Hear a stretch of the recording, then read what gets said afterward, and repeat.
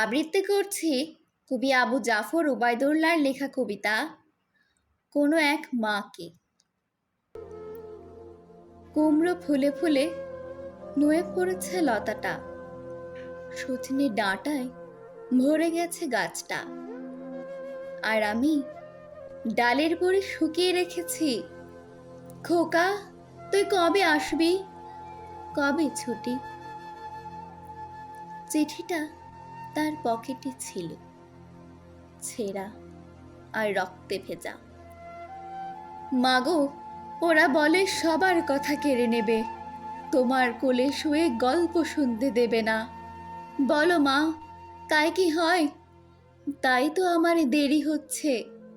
তোমার জন্যে কথার ঝুড়ি নিয়ে তবেই না বাড়ি ফিরব। লক্ষ্মী মা, রাগ করো না, মাত্র তো আর কটা দিন। পাগল ছেলে, মা পড়ে আর হাসে। তোর উপর রাগ করতে পারি? নারকেলের চিড়ে কোটে, উড়কি ধানের মুরকি ভাজে, এটা সেটা আরো কত কি। তার খোকা যে বাড়ি ফিরবে, ক্লান্ত খোকা।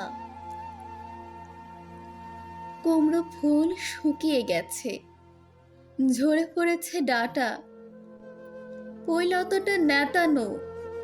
খোকা এলি? ঝাপসা চোখে মা তাকায় উঠানে উঠানে, যেখানে খোকার সব শকুনিরা ব্যবচ্ছেদ করে।